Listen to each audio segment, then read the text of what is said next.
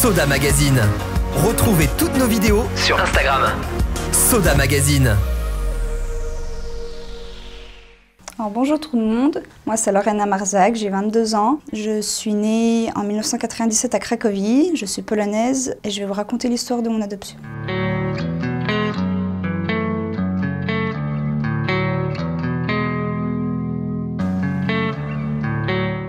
Mon vrai prénom c'est Katarzyna Grabowska. J'ai été adoptée suite à des violences chez moi, dans ma famille. Alors j'ai été adoptée à l'âge de 7 ans. Mon frère avait 8 ans et demi. En fait, on est 7 au total. J'ai aussi un frère qui aujourd'hui a 16 ans, l'autre a 18 ans, une grande sœur de 28 ans et une demi-sœur de 4 ans et un demi-frère de 14 ans. On a été séparés quand la police est venue nous chercher à la maison. Pour rentrer dans le vif du sujet, j'ai vécu des choses horribles. Il y avait de la violence, il y avait de l'alcool, il y avait de la drogue. Ma maman était prostituée à l'époque. On dormait sur des matelas dans un 30 mètres carrés par terre. Des hommes venaient à la maison. Mon père battait ma mère. Mes petits frères avaient été seulement âgés de 6 mois, 3 ans. Dieu merci, ils ne s'en souviennent pas aujourd'hui de ce qui s'est passé dans la maison. Moi, mon frère s'en souvient un petit peu plus. Il m'a raconté beaucoup de choses. Ma maman ne nous lavait pas, donnait pas à manger, on était sales. Et c'est ma tante qui venait nous chercher. Elle venait nous chercher en fait pratiquement tous les 2 jours quand ma maman avait sa crise de... Je dis ma maman, ma mère avait des crises en fait d'alcool, elle buvait, c'est à ce moment-là qu'elle était violente avec nous. Donc elle venait nous chercher pendant 2-3 jours, nous donnait à manger, nous lavait. Et moi via ça en fait j'ai été à l'hôpital pour anorexie et je suis restée 2 à 3 semaines à ce que ma sœur m'a dit. Je suis revenue à la maison et c'est pas ma mère encore une fois qui s'est occupée de moi, c'est mon frère Maxime. Et après tout ça, moi j'ai pas plus de détails, j'ai pas plus de souvenirs en tout cas. Je sais que par exemple on faisait des feux derrière la maison alors qu'on avait seulement 7 ans, 8 ans. Mon frère s'était brûlé avec un sac plastique qu'il avait voulu mettre dans le feu. C'est pareil, personne ne s'est occupé de lui. Il y a eu beaucoup de choses tristes dans cette maison et ça faisait plusieurs fois que la police venait chez nous. Et il est arrivé ce fameux jour où ils ont décidé qu'on ne pouvait plus rester dans cette famille. On est donc arrivé à la maison d'adoption. Moi, j'ai pas été bouleversée, mon frère l'a été un petit peu plus. J'ai des flashs de ce qui s'est passé dans cette maison. À l'arrivée à l'adoption, je me rappelle que nos habits, tout ce qu'on portait sur nous a été mis dans un sac plastique, qu'on a été lavé. J'avais des cheveux très longs à l'époque et ils ont été coupés en fait, jusqu'au-dessus de l'oreille. J'en ai pleuré parce que j'aimais mes cheveux. On avait des poux, on était sales et puis il fallait nous remettre un peu d'aplomb, donc ils nous ont donné à manger. Ils m'ont même gavé avec, je mangeais du riz en fait, trempé dans du lait chaud, vraiment quelque chose de consistant pour que je reprenne du poids, que je reprenne un peu du poil de la bête, si on peut dire ça comme ça. Par exemple, je peux vous raconter une anecdote, c'est qu'on avait des petits poissons en fait par semaine, si on était gentils tous les jours, qu'on avait bien fait nos devoirs ou fait notre lit, on avait un petit poisson et puis en fait beaucoup de personnes amènent des habits ou des jouets à l'orphelinat et ces habits, ces jouets-là sont redistribués pour tous les enfants. Et en fait avec ces poissons-là, on pouvait acheter les habits et faire en sorte qu'ils nous appartiennent parce que là-bas on partage tout. Attention, les habits, tout est partagé.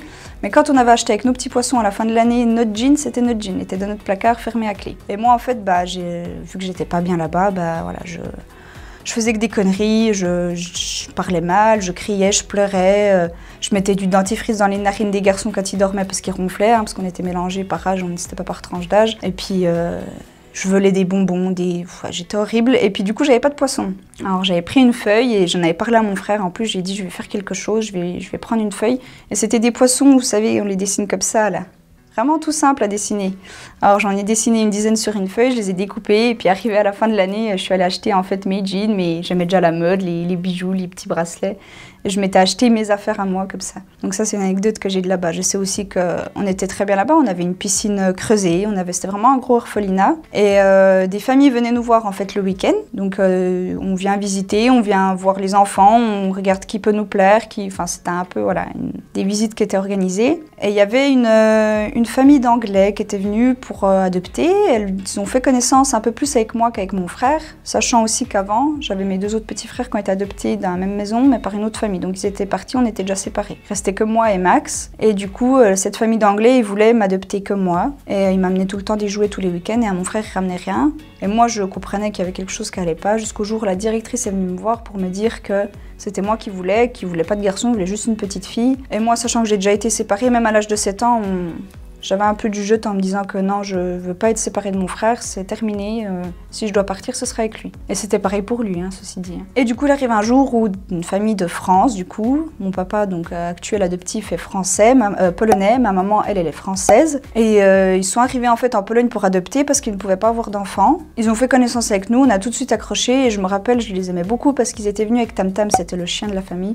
Et ils sont venus là-bas en fait avec le chien parce qu'il faut savoir que là-bas il y a des petits appartements pour les familles qui font connaissance un peu plus avec les enfants parce qu'ils ne les prennent pas au bout d'une semaine. Hein. Ils sont restés 4 mois avec nous en fait dans un petit appartement à part. Du coup on dormait plus avec les enfants mais avec nos parents actuels adoptifs pour faire connaissance. Et du coup nous on a tout de suite accroché. C'était voilà, c'est des parents aimants. Ils nous ont tout donné, tout ce qu'on n'a pas pu avoir on a tout eu. Hein. D'ailleurs à cause de ça on a eu des critiques à l'école parce que j'avais des habits de marque, parce que moi à 16 ans j'ai eu mon premier scooter, parce que moi à 18 ans j'ai eu mon cheval. Ils nous ont donné ce qu'on n'avait pas eu étant petit et ça je peux pas leur reprocher.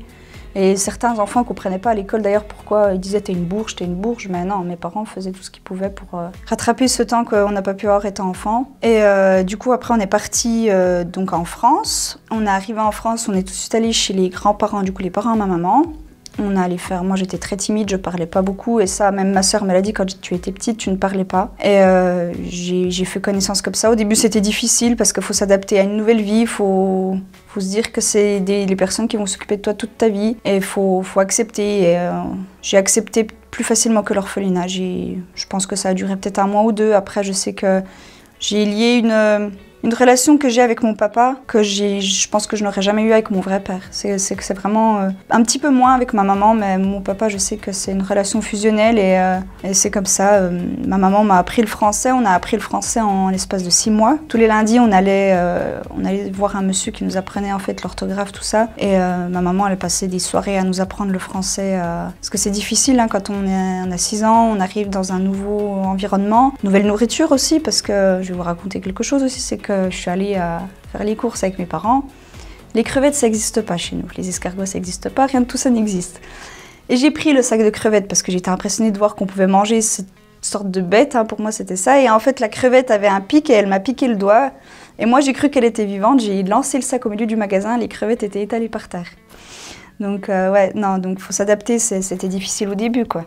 Aujourd'hui, je mange toujours pas d'escargot, ça n'a pas changé. Du coup, ouais, on a beaucoup eu de chance de tomber sur des parents comme ça, je pense, aujourd'hui. J'ai aussi créé une relation très forte avec mon frère. Il habite à Lyon aujourd'hui. Il a travaillé en tant que chef d'équipe dans un restaurant. Il s'est aussi construit lui tout seul, il a fait des conneries comme tout le monde, mais il s'est construit tout seul, il est fort et c'est quelqu'un qui m'a toujours soutenue. Et je pense que cette relation entre frères et sœurs, une comme j'ai, en tout cas, c'est rare à avoir et je pense que c'est aussi dû à cette adoption que c'est comme ça aujourd'hui. C'est difficile hein, parce qu'on se voit peut-être un petit peu moins forcément, mais je sais que c'est quelqu'un qui sera toujours là pour moi et puis moi aussi quoi. J'ai aussi eu du coup repris contact avec ma sœur que j'ai retrouvée au bout de 10 ans de recherche sur internet et je l'ai retrouvée en fait tout bêtement parce que mon frère cherchait à savoir ses racines polonaises sur un forum. Il a tapé Marzak, en fait notre nom actuel, et il est tombé sur une lettre qui a été écrite en 2017 de ma sœur qui nous recherchait. Elle m'a bien mis les détails en mettant mon vrai prénom, pareil le vrai prénom de mon frère, en disant qu'elle savait juste qu'on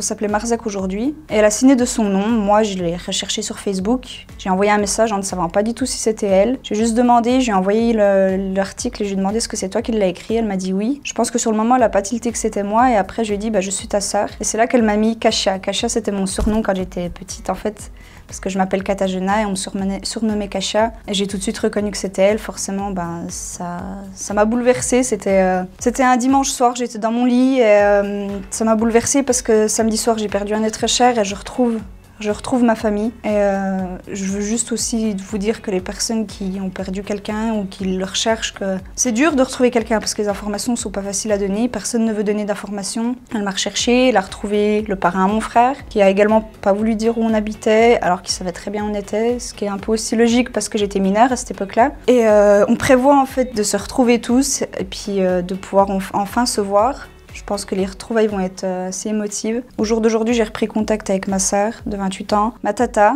et ma mère a essayé de reprendre contact avec moi. Je sais que je ne lui donnerai plus aucune importance et qu'elle n'aura plus rien de ma part en fait. Elle ne mérite pas, elle n'a pas su s'occuper de nous et je vois pas pourquoi aujourd'hui c'est moi qui aurais dû faire le premier pas. Sachant que c'est ma sœur qui m'a retrouvée et qu'elle en profite aujourd'hui pour se faire pardonner quelque chose alors que je lui pardonnerai rien du tout. Et aujourd'hui, je retrouve ma famille et je retrouve les bonnes personnes que je voulais retrouver depuis tellement longtemps que je regrette rien. Donc voilà, j'espère qu'après le confinement, je pourrai enfin rencontrer ma sœur, boire un coup à sa santé, comme elle me l'a dit par Facebook, et puis que ça ira mieux, et puis qu'elle aussi, elle est malheureuse, elle a été toute seule, elle a été aussi dans une maison d'adoption, elle avait 13 ans, personne n'a voulu adopter une enfant toute seule de 13 ans. Ça a été difficile pour elle jusqu'à ses 18 ans, et après, bon, à 18 ans, elle a décidé de partir et puis de faire sa vie toute seule. Elle a dit c'est pas grave, je serai toute seule, mais je n'arrêterai pas mes recherches. Elle a recherché vraiment pendant 10 ans, de 18 à 28 ans, elle nous a recherché. Elle a eu même un détective qui l'a menée sur une autre piste en fait d'une famille Marzec aussi qu'elle avait adoptée. Donc ça faussait complètement tout parce que quand elle a vu les photos, elle a dit ça c'est pas ma sœur, ça c'est pareil, elle me ressemble beaucoup, elle est blonde aux yeux verts, ma tata elle est blonde aux yeux verts, c'est cette famille. Hein. Donc pour elle c'était pas nous et puis aujourd'hui elle est contente, elle est plus que contente même. On s'écrit tous les jours, on s'appelle tous les jours. On se redécouvre, on apprend à se connaître, je lui demande qu'est-ce qu'elle fait dans la vie, qu'est-ce qu'elle aime manger, c'est quoi ses occupations, tout ça quoi. Donc c'est vrai que c'est du nouveau pour moi aussi, mais ça fait du bien. Et aujourd'hui en fait, je me sens bien, je me sens libérée d'un poids, je montre pas beaucoup, je suis une fille souriante, qui aime la vie, qui profite de la vie. Mais par exemple, il y a pas si longtemps de ça, samedi soir, j'en ai parlé avec ma meilleure amie, je lui ai dit écoute moi, j'aimerais tellement les retrouver. J'en ai parlé samedi soir, c'est pour ça que ça m'a tellement bouleversée. Je l'ai appris dimanche, j'en ai pleuré toutes les larmes de mon corps, je pense. Et dimanche, il arrive que je la retrouve, quand j'en parlais souvent, hein, mais vraiment avec des personnes très proches. Je n'en parlais pas à tout bout de champ. Pour moi, je vais pas dire que c'est pas une fierté, mais c'est une histoire de vie qui se raconte pas n'importe où, à n'importe qui. J'avais pas envie qu'elle soit transformée. Donc voilà, je le gardais vraiment pour moi. Et j'ai un caractère aujourd'hui qui est difficile, hein, je le dis, caractère de merde, comme on dit. Parce que je me suis jamais laissée faire, hein, déjà quand j'étais petite, et t'apprends à vivre toute seule, t'apprends à te former toute seule quand t'as 7 ans, 6 ans, que t'es pendant 2 ans, t'as un petit peu conscience à cet âge-là qu'en fait on te laisse te démerder, bah t'apprends. Et j'ai un caractère de merde, mais je suis pas quelqu'un de mauvais. Je sais ce que je veux dans la vie et je l'aurai, et aujourd'hui j'ai retrouvé ma famille, je l'ai voulu. Donc voilà, c'est ce qui fait aussi ma force. Et aujourd'hui, je suis soulagée, je suis apaisée, je me sens bien, quoi. J'ai plus cette question dans ma tête à me dire à quoi ils ressemblent. À quoi ils ressemblent tous, en fait. Est-ce qu'ils me ressemblent? Est-ce qu'ils sont blonds? Est-ce qu'ils sont bruns? Est-ce qu'ils sont petits comme moi? Voilà, c'est des questions qu'on se pose. Puis j'avais pas envie de me les poser toute ma vie. C'était quelque chose qui me travaillait beaucoup, en tout cas, qui me travaillait beaucoup. Dans ma vie, j'ai jamais eu Dieu merci, de dépression ou d'envie d'en finir ou de... Parce que justement, j'avais dans ma tête cette force qui me disait tu vas les retrouver, tu vas les retrouver. Donc je pense qu'il faut y croire jusqu'au bout. Hein. Aujourd'hui, j'ai 22 ans. Je pensais les retrouver peut-être pas aussitôt. Hein. Vraiment, et aujourd'hui, à 22 ans, je sais que j'ai toute la vie devant moi et ce sera avec eux aujourd'hui. Donc c'est important pour moi, vraiment. Et je suis soulagée. Je suis soulagée. J'aimerais aussi faire passer un message du coup à ces personnes qui se sont fait adopter, parce qu'on croit toujours qu'une adoption c'est facile, tu t'en souviens pas ou tu t'en fous, mais je sais que beaucoup en souffrent au fond d'eux parce qu'ils ont des souvenirs comme moi. Et faut pas lâcher, aujourd'hui si vous en êtes là, faites-en une force, vraiment, et puis continuez à avancer. Et je vous promets que si vous y mettez du vôtre un peu, si vous avez un peu de rage au fond de vous, bah vous trouverez. Si vous avez de la famille perdue, vous la retrouverez. Et si vraiment vous n'avez pas de famille perdue comme moi, bah dites-vous que ce qui vous arrive aujourd'hui, ça peut être que mieux que ce qui vous attendait si vous restiez là où vous étiez. A teraz będę mówić do ciebie, Natalia. I też Monika, moja ciocia. Natalia to jest moja siostra. Bardzo was kocham i dziękuję za wszystko. Soda Magazine. Retrouvez toutes nos vidéos sur Instagram. Soda Magazine.